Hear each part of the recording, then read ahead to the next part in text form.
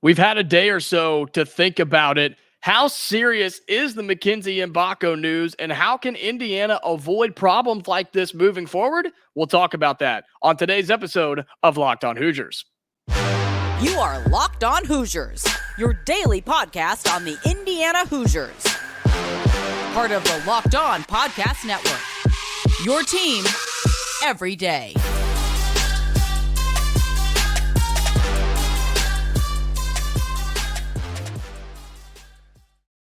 Welcome in. It is the Locked On Hoosiers podcast. I'm your host, Jacob Goins. I appreciate you making Locked On Hoosiers your first listen each and every day, part of the Locked On Podcast Network, which is your team every day. Before we get into content, today's episode is brought to you by our friends over at Prize Picks. Go to prizepicks.com/lockedoncollege and use code LockedOnCollege for a first deposit match up to $100. Prize Picks, daily fantasy sports made easy. Well, lots to get to on the show today. As I mentioned, we've had a little bit of time to think about this Mackenzie Mgbako news, and as it continues to spread through the rest of college basketball, and you're starting to see some more people react to it, how serious is it? And was what really happened, was this maybe blown out of proportion just a little bit?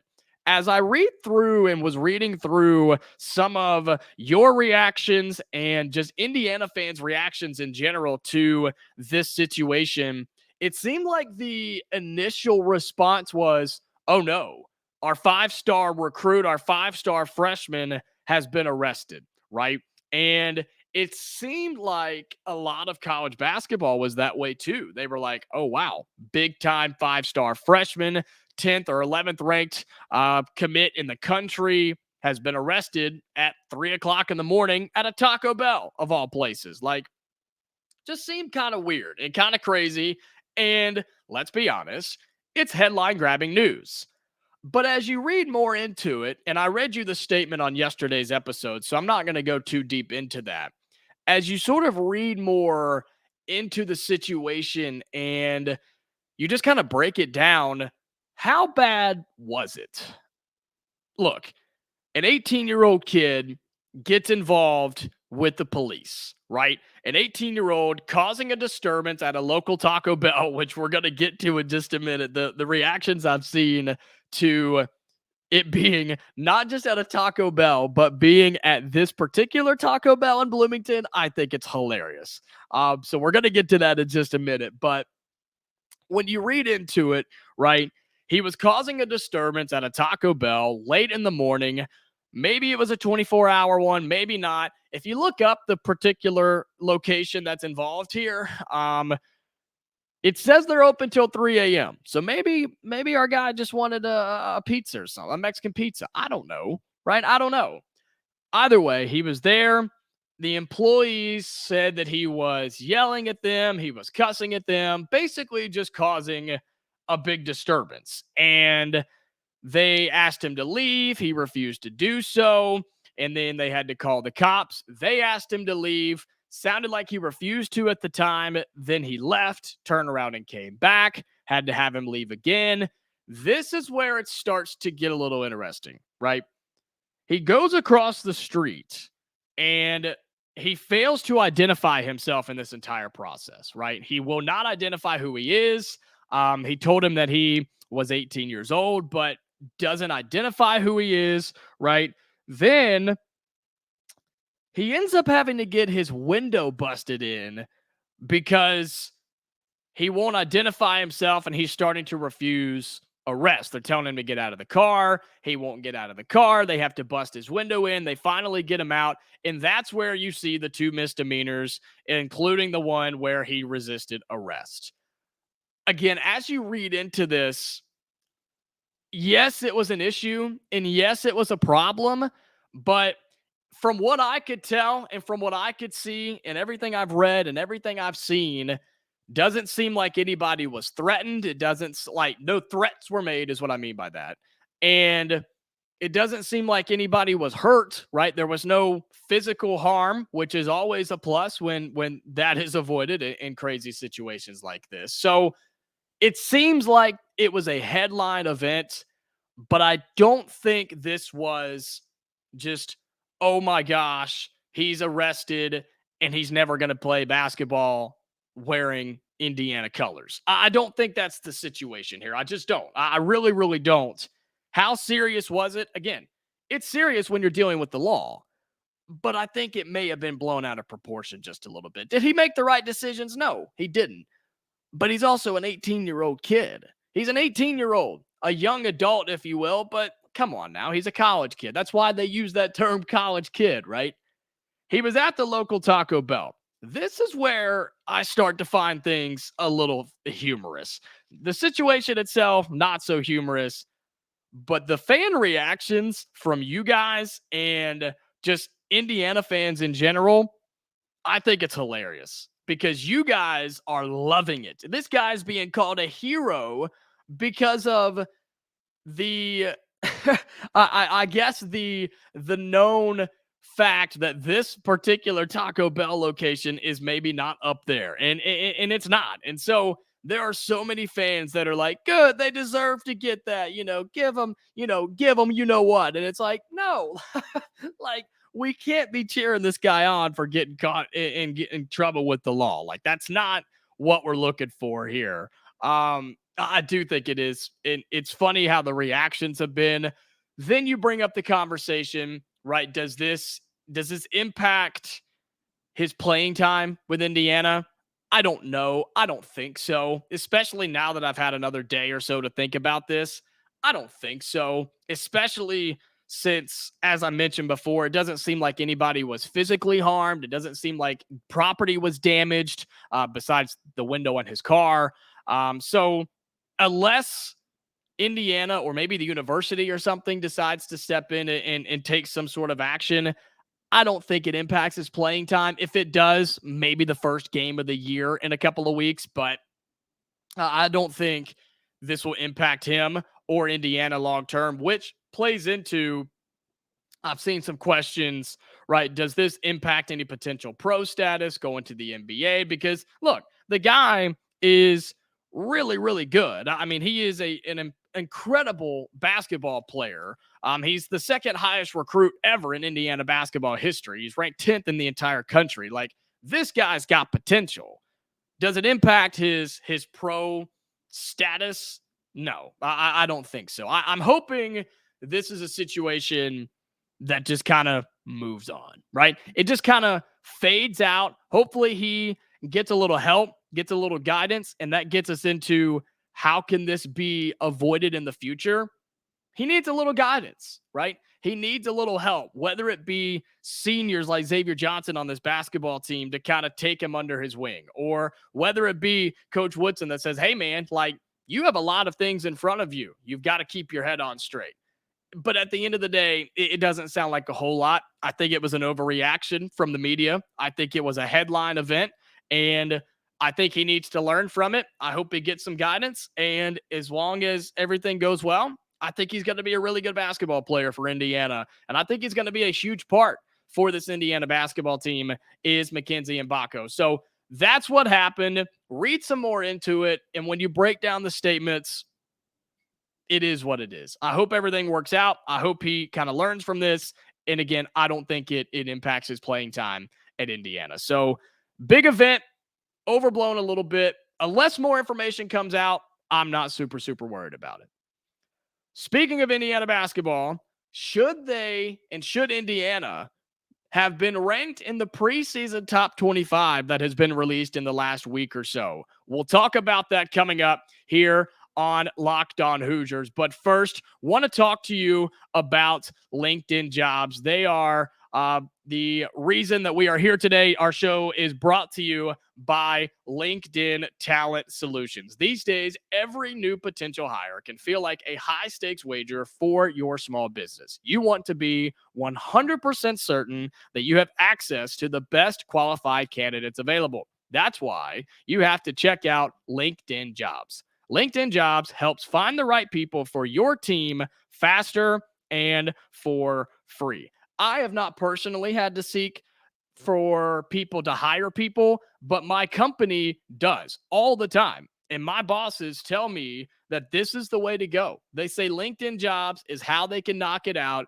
You can sit down and upload everything you need to within minutes, literally within minutes. And you can sit down, knock it out, and forget about it. And you don't have to sit for hours and hours and hours and post a job posting. And it's super free. It's free to use. It's super easy to use. And all you have to do is use their simple tools on LinkedIn, like screening questions, which make it easy to focus on candidates with just the right skills and experience so you can quickly prioritize who you'd like to interview and hire. And here's how you do that. You use those tools, which will help you get to the right person. Because if you're a business owner, you know the stresses of hiring somebody. And you also know how really frustrating it is when you bring in somebody new and they flame out within 2 weeks because they weren't the right fit. With LinkedIn Jobs, you don't have to worry about that. You can use that. It's going to get your company off to a better start, get their career off to the right start as well. And that's the benefit of using LinkedIn Jobs. It's why small businesses rate LinkedIn Jobs #1 in delivering quality hires versus leading competitors. LinkedIn Jobs helps you find the qualified candidates you want to talk to faster. Post your job for free at linkedin.com/lockedoncollege. That's linkedin.com/lockedoncollege to post your job for free. Terms and conditions do apply. Well, should Indiana basketball be ranked in the top 25 in preseason? They were not. They were not ranked in the preseason top 25. But should they have been? I'm going to give you some reasons why. I'm going to give you some reasons maybe why not. And then I'm going to tell you my final answer because I think it's going to surprise some people on what I have to say about this year's Indiana basketball team. When you look around the preseason top 25s, Indiana is not in them, folks. Indiana is not in the top 25s. And with that, there have to be reasons, right? I think some of the biggest reasons are how last year ended. And I'm going to get into that in just a second.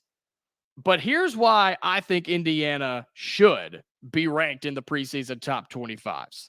You look around this team, and you have 7 returning players coming on this roster, including Xavier Johnson, who was coming off the bench last year and really showed progress before he got hurt. And he's now been waived. He's been cleared. He's back for another season.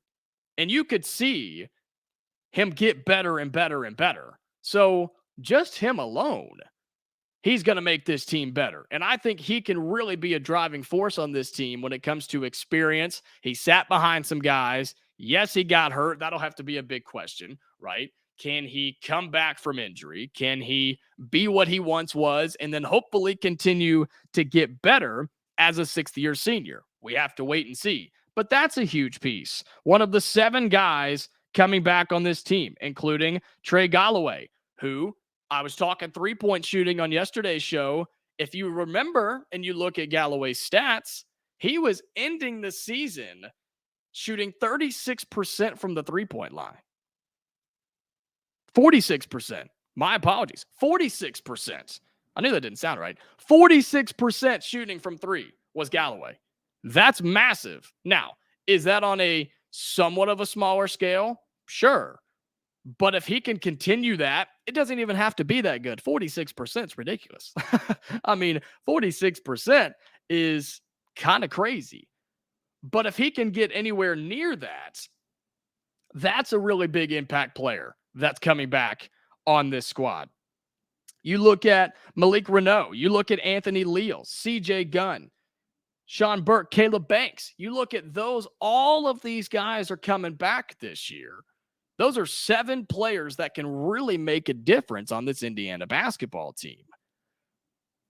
And the good thing about that is that's a good amount of returning players. You see college basketball teams and a lot of these bigger name programs, they're flipping 9, 10, 11 guys each and every year. And while that works for some, Indiana doesn't really have to worry about that this year. because you have these 7 strong guys coming back, and I think 2 leaders in Johnson and Galloway. So you have those 7 guys coming back. You also have the 11th ranked recruiting class, 10 or 11th. I keep saying both. It kind of just depends on where you look. But 10th or 11th, highest rated recruiting class, top 15 minimum, top 10 at best, right? Which is really good. Recruiting class in the country, including Mackenzie Mgbako. Now, we also understand that maybe his status is questionable to start the season. But as I mentioned just a few moments ago in the previous segment, I'm not worried about his status for the entire season. I'm just not. So you do have him coming in the door as a 6'8" freshman McDonald's All-American. And if you go watch the guy's highlights, there's a reason that he is one of the best prospects to ever commit to Indiana. Second highest rated recruit in Hoosier basketball history. So if that doesn't make your team better, what does? How does that not even get you in consideration or even get you close to becoming top 25 in the preseason poll? Because overall, Indiana received 3 votes. They received 3 votes, which puts them in 40th in the preseason top 25. That's insane. That is insane. But I understand why. I do. I understand why.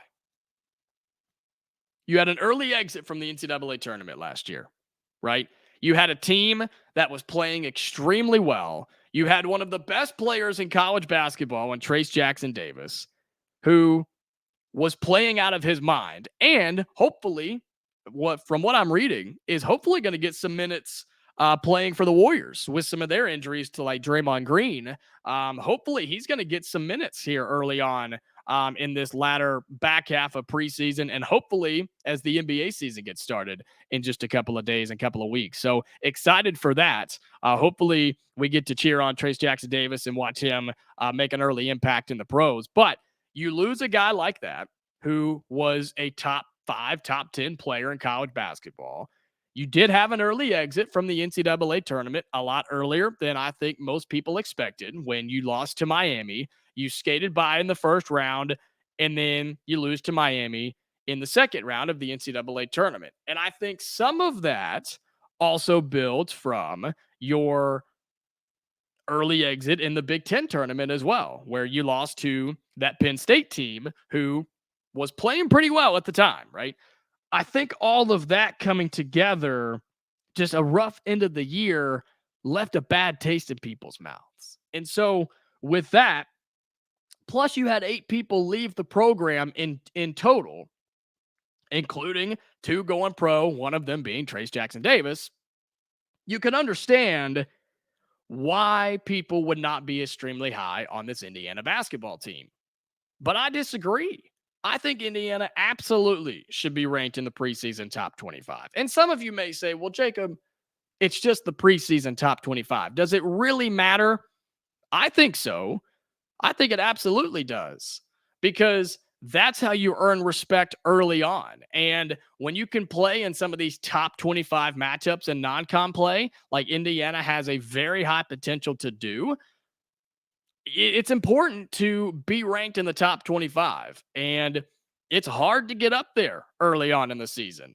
But we know Indiana's non-con schedule is pretty tough. We know there's some really good games in there, and they have an opportunity to get back into the top 25. But it would just be really hard, talent-wise alone, right? Talent alone, for you to find 39 better teams in college basketball right now than Indiana. I'm just looking around college basketball. It would be really hard for me because, again, according to votes, that puts Indiana at 40th in these rankings. It would be really hard for me to find 39 better teams, more talented teams than Indiana with the top 15 recruiting class you're just bringing in and the 7 guys you have returning, including Johnson and Galloway. I just don't see that many teams more talented than Indiana, but it is going to take them some time to put it all together. But at the end of the day, I think Indiana should be ranked in the top 25. What do you think? I'm curious on if Indiana fans feel the same way, or maybe it's a wait and see type of thing. If you're on YouTube, comment down below. Let me know what you think about this. Reach out on Twitter at Locked On Hoosiers. Give me a shout on Twitter at Goins2Jacob. You can see it here on the video as well. Let me know. I'm curious if you agree with me or not, and if you are just sort of waiting to see what this Indiana basketball team will become. Coming up on Locked On Hoosiers, we're going to flip to football for just a few minutes. We'll take a look around the Big Ten, look at standings around the Big Ten in the conference, and talk about where Indiana can maybe pick up a win or two, because we know they are desperate to get one. That's what's coming up here on Locked On Hoosiers. But first, want to talk about who sponsors today's episode. It is brought to you by our friends at Prize Picks. But first, before we do that, want to talk college football as we are getting into that. College football season is here, and this season, Locked On is kicking up our coverage with the Locked On College Football Kickoff Live show. Each Friday, Locked On will go live at 11 a.m. Eastern on every Locked On College YouTube channel, including Locked On Hoosiers. College Football Kickoff Live will cover your playoff implications, the conference rivalry games, and go in-depth like only Locked On can, including insight and analysis from our stable of Locked On college hosts covering their team every day. Find Locked On College Football Kickoff Live every Friday at 11 a.m. Eastern Time on any Locked On College YouTube channel. You do not want to miss it. And before we do talk football, I want to talk about Prize Picks, who is sponsoring today's episode. If you're wondering what Prize Picks is, it is the largest independently owned daily fantasy sports platform in North America. They are the easiest and most exciting way to play daily fantasy sports. It's just you against the numbers. Instead of battling thousands of other players, including pros and sharks, you pick more than or less than on 2 to 6 player stat projections and watch the winnings roll in. Couple of things that stick out to me when using Prize Picks myself. It is super, super quick. It's super easy, really fast withdrawals. So when you win, you're in and out within a minute or two after you win. Get your money quick, easy gameplay, and an enormous selection of players and stat types are what make Prize Picks the number one daily fantasy sports apps. I've told you that I'm getting involved with them. I'm starting to do daily fantasy. I watch football all the time anyway, and if you're the same way, you may as well be playing daily fantasy. Why wait once a week when you can play every day, right? I say you get on top of it. Prize Picks is the way to go. You can make your picks in less than 60 seconds. Turn $10 into $250 in a day. If you're good, if you got the skill, you can do it just that easy. It really, really is that simple. And here's a really cool factor here. Nobody else does this. Are you ready? Prize Picks has a reboot policy on your entries that stay in play even if one of your players gets injured. For NFL games and college football top 25 matchups, if you have a player who exits the game in the first half and does not return in the second, that player is rebooted. Prize Picks is the only daily fantasy sports platform with injury insurance. Prize Picks is awesome. It's easy. It's simple. That's the best way I can describe it. You got to go check it out. If you're into fantasy, go check this thing out. It's every single day on your time. It takes less than a couple of minutes. You can be in and out. You can do this at work. You can do it in your bed. You can do it in your recliner. It's that easy. Go to prizepicks.com/lockedoncollege and use code LOCKEDONCollege for a first deposit match up to $100. Again, go to prizepicks.com/lockedoncollege and use code LOCKEDONCollege for a first deposit match up to $100. Prize Picks is daily fantasy sports made easy. Well, let's flip to a little Indiana football as we get closer and closer to game weekend with Indiana and Penn State. Coming off of the Rutgers loss over the weekend, a loss that I described as heartbreaking. It really was heartbreaking, I think, for for Indiana football because they took the lead early. You had your chances and just couldn't get it done, right? Just couldn't get it done, couldn't get the offense rolling. And it's just one of those where you look back and you feel that Indiana had their chances to win the football game. But with that being said, you look around the Big Ten conference right now, and I want to give you the Big Ten standings going into the matchups this weekend. In the East, where Indiana is located, at the top, it's pretty obvious. You have Michigan, right? Michigan, one of the best teams in college football. I think they are really, really strong. My only thing against them, and I've talked about this quite a bit, who have they played? That's the problem. They haven't played anybody. And the teams they do, granted, they're putting a hurting on them. Don't get me wrong. They're putting a hurting on these teams, but they just haven't played anybody yet. They have Penn State coming up in a couple of weeks. They're 8-0, 5-0 in conference play, but they just got to start playing a few teams. And of course, they have Ohio State at the end. Ohio State is number 2 in the division rankings, beating Penn State over the weekend in one of the most boring games I've ever watched in college football. It was not entertaining. 2 top 10 teams that could not move the football whatsoever.